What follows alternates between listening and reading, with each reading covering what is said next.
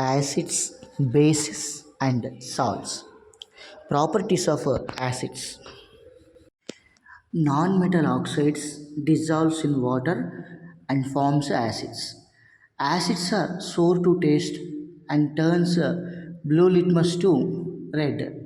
Acid reacts with metal and produces hydrogen gas.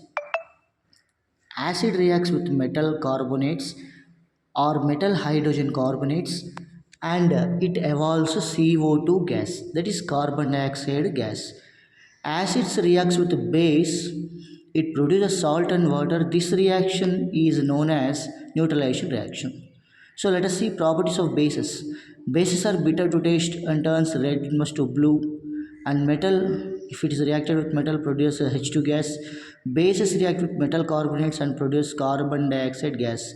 Bases react with acids and produce salt and water. This reaction is called the neutralization reaction. Bases have OH minus ions during electrolysis. So here indicators acid and base colors. These colors are very important. In this one, methyl orange turns red in acid, turns yellow in base. Phenolphthalein colorless or no change of color in acids, turns pink in base. Red litmus no change in acid, turns in blue in base. So blue litmus paper turns into red color when it is mixed with acid. There is no change of color when it is added with the base. And if you see, the substances which are odor changes in acidic and basic media are called olfactory indicators. That means smell changing indicators.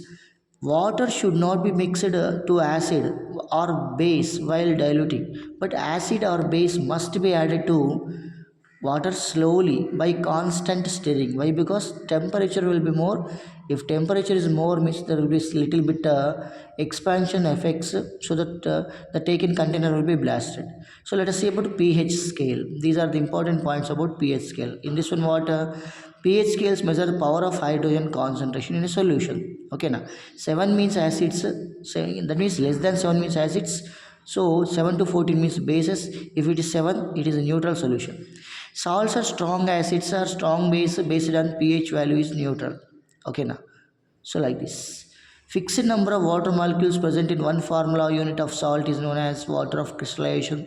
Some important chemical formula: plaster of Paris CaSO4 half H2O, baking soda NaCO3, and acetic acid CH3COOH, gypsum CaSO4 2H2O, and slaked lime CaOH taken twice, that is also called slaked lime, calcium hydroxide, common salt NaCl.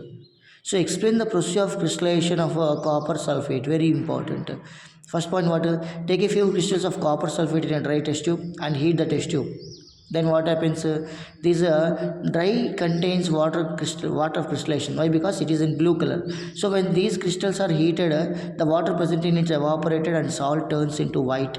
Then crystals are moisture with the blue color reappears if you again add water. Okay, so this crystallization of copper sulfate is very important according to the 10th class syllabus. That is what in test tube, let us take a little bit amount of copper sulfate.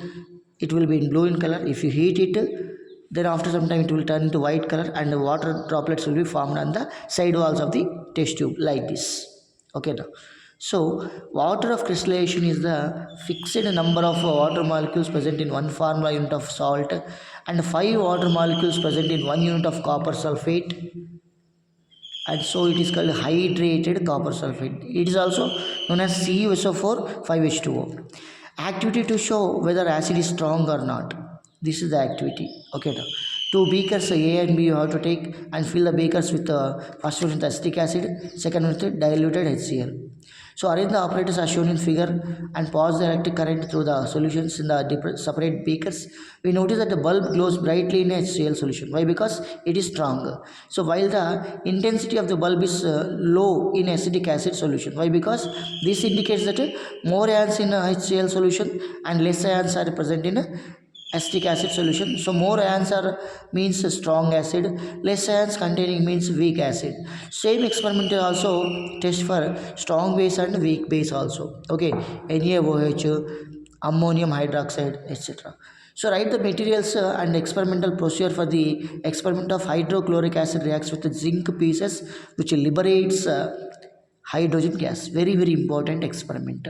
So materials required are there. Let us check it out. And this is a small diagram. Take 10 ml of diluted HCl in a test tube. Few zinc granules you have to add it and observe the gas evolve from the zinc granules. What will be happened? Zinc plus HCl gives rise to ZnCl2 plus H2. That means finally hydrogen gas is liberating particularly in this experiment. Okay, so we observe a gas evolved from the zinc granules, past the gas being evolved through the soap. Water, we observe some bubbles formed in soap solution. Bring a burning candle near the gas filled with bubble. The pop sound indicates the gas evolved is hydrogen. How does a baking powder makes cake soft and spongy? Baking powder is a mixture of baking soda and mild edible acid like tartaric acid. When baking powder is heated or mixed in water, the reaction takes place. NaHCO3 plus H plus gives us to CO2 plus H2O, sodium salt or acid. CO2 produces during the reaction causes bread or cake to rise, making them soft and spongy, and it's also very important concept.